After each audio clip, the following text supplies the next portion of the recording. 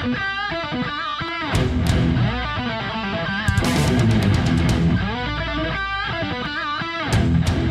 going on, YouTube?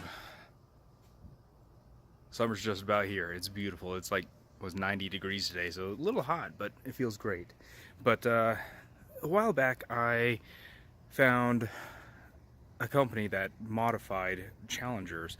It's back east somewhere, and unfortunately I wanted to make a video about this, but I couldn't remember who they were. But there is a dealership in Virginia, Chantilly, Virginia, called Fair Oaks. So fairoaksmotors.com. They actually have a couple of Challenger convertibles on their lot that they're selling. They have some 5.7 liters, and then they got some 392s. I just want to share some of the cars that they had for sale that they have posted online. I will link their website in the description below, but you guys got to check these cars out.